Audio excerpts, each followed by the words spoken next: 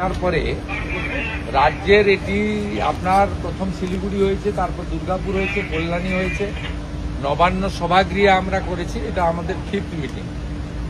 এরপরে আরেকটি আছে 12 তারিখে মালদাতে, মালদা, মুর্শিদাবাদ, উত্তর এবং দক্ষিণ দিনাজপুর। আমরা এই যে নতুন সরকারের ভিশন, চিন্তা ভাবনা এবং প্রায় ধরে নিতে পারেন 70, 75, 80 ভাগই নতুন এমএলএ জিতেছে। প্র্যাকটিক্যালি নিচের তলায় কাজ বিডিওরা করেন, ওসিআইসিরা করেন, বিভিন্ন লাইং ডিপার্টমেন্ট করেন, ডিস্ট্রিক্ট ম্যাজিস্ট্রেটরা নেতৃত্ব দেন, এসপিরা ল অ্যান্ড অর্ডার দেখেন, এডিএম জেলা পরিষদ তিনি ডেভেলপমেন্টটাকে দেখেন, বিভিন্ন পুরসভায় যারা চিফ এক্সিকিউটিভ অফিসার আছেন, বিভিন্ন ডেভেলপমেন্ট অথরিটিতে যারা সিও কমিশনার আছেন তারা দেখেন। আমরা এটাকে কোঅর্ডিনেশন করার জন্যই করছি। এখন ন্যাচারালি আজকে এখানে 35 জন এমএলএকে আমরা ডেকেছিলাম। সেই এমএলএরা 35 জনই উপস্থিত ছিলেন, ইনক্লুডিং মিনিস্টার্স। 35 জনই এসেছিলেন। তাদের মধ্যে 33 জন আমি যে পার্টি থেকে চিফ মিনিস্টার সেই পার্টির ছিল, অপোজিশনেরও 2 জন তারা ছিল। কারণ আমরা প্রথম থেকেই এমএলএ মিনস এমএলএ, এমপিদেরও ডেকেছি। এখানে 4-5 জন এমএলএর মধ্যে আনডিভাইডেড মিদনাপুরে 4 জন এমপি ছিলেন।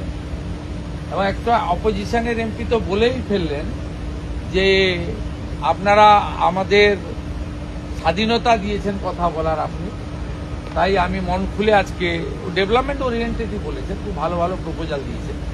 ন্যাচারালি আমরা এই বন্ডিংটা তৈরি করতে চাইছি। নির্বাচনের সময় রাজনীতি হবে, সারা বছর কাজ করতে হবে। আমরা অনেক পিছিয়ে গেছি পশ্চিমবঙ্গে, কেন্দ্রীয় সরকারের নানা উন্নয়নমূলক কাজ থেকে পিছিয়ে গেছি, আমাদের নানা পরিকাঠামোগত উন্নয়ন থেকে পিছিয়ে গেছি, মানুষের মূল সুযোগ সুবিধা থেকে পিছিয়ে গেছি। থানাগুলো পার্টি অফিসে পরিণত হয়েছিল, পঞ্চায়েত অফিসগুলো কাটমানি কালেকশন সেন্টার হয়ে গেছিল, পৌরসভার কাজে কাউকে বিল্ডিং প্ল্যান নেওয়ার দরকার ছিল না যদি কাউন্সিলরকে বা নেতাদেরকে টাকা দিত। এই যে সম্পূর্ণ একটা ডিজাস্টার হয়েছিল গভর্নেন্সে, সেই জায়গাটা থেকে আমরা বের করে আনতে চাইছি যে আইনের শাসন করতে হবে, শাসকের আইন না। আমাদের ভালো মিটিং হয়েছে, প্রায় লং 11:40 থেকে 3টে পর্যন্ত মিটিং হয়েছে। এবং যেটা বলে আমি শেষ করব, এই ধরনের অ্যাডমিনিস্ট্রেটিভ মিটিং বিগত সরকারও করেছেন। এক একটা মিটিংয়ে 5 কোটি টাকা খরচ হয়েছে। এবং কলকাতা থেকে ডুমুরজলা থেকে এখানে হেলিকপ্টার ব্যবহার করা হয়েছে। হেলিকপ্টারে ফুয়েলের রেট আপনি জানেন কত বেশি।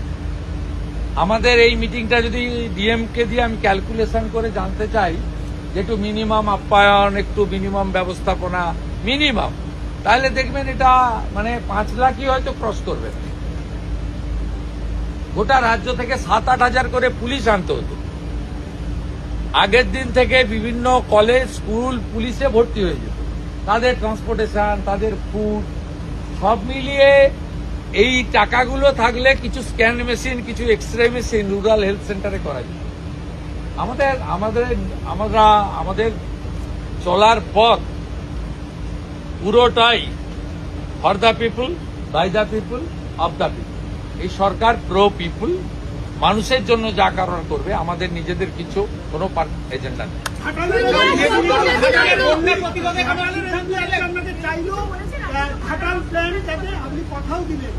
সবাই ইউনাইটেড হয়ে গেছে ডেভেলপমেন্টের পক্ষে।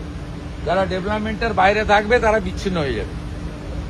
আমি তো বলছি, ঘাটালের এমপি তিনি একটা কথাই বলেছেন যে ঘাটাল মাস্টার প্ল্যান আমার কমিটমেন্ট ছিল। আমি ওনাকে বলেছি যে ঘাটাল মাস্টার প্ল্যান ইলেকশনে আমাদেরও কমিটমেন্ট ছিল। ঘাটাল, দাসপুর সব সিট আমরা জিতেছি। শীতল কপাট জিতেছেন, আবার তপন দত্ত জিতেছেন। আমরা ওটা করব। এখানে ক্রেডিট ডিসক্রেডিট কে কার ক্রেডিট হবে সেটা বড় কথা নয়। উনি প্রো ডেভেলপমেন্ট কথা বলেছেন, অন্য যারাও ছিলেন অপোজিশনে তারাও প্রো ডেভেলপমেন্টের কথা বলেছেন। আর মুখ্যমন্ত্রীর কাজই হচ্ছে ডেভেলপমেন্টের কাজটাকে ঠিকঠাক করে করা। ভোটের সময় রাজনীতি করব, তর্ক বিতর্ক হবে, আলোচনা সমালোচনা হবে, সারা বছর বিকাশের কাজ করব, উন্নয়নের কাজ করব। सुमित्रा, 12 सुमित्रा साल पूरा हो जहांगीर चुका है मोदी गिरफ्तार। सरकार का, और 12 साल पूरा हो चुका है मोदी सरकार का, और राज में भी 1 महीना पूरा हो गया है आज आपने शपथ ग्रहण 1 महीने में एसेस करना मुश्किल है।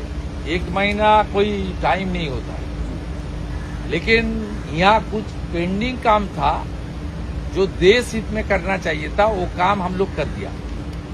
पहले तो सेंसस, जनगणना का साथ राजनीति का कोई संपर्क नहीं है। पिछले सरकार उनको रोक के रखा था, वो काम चालू कर दिया। सीआरपीसी, आईपीसी बहुत पहले खत्म हो गया। बीएनएस चालू हुआ था, बंगाल में चालू नहीं हुआ।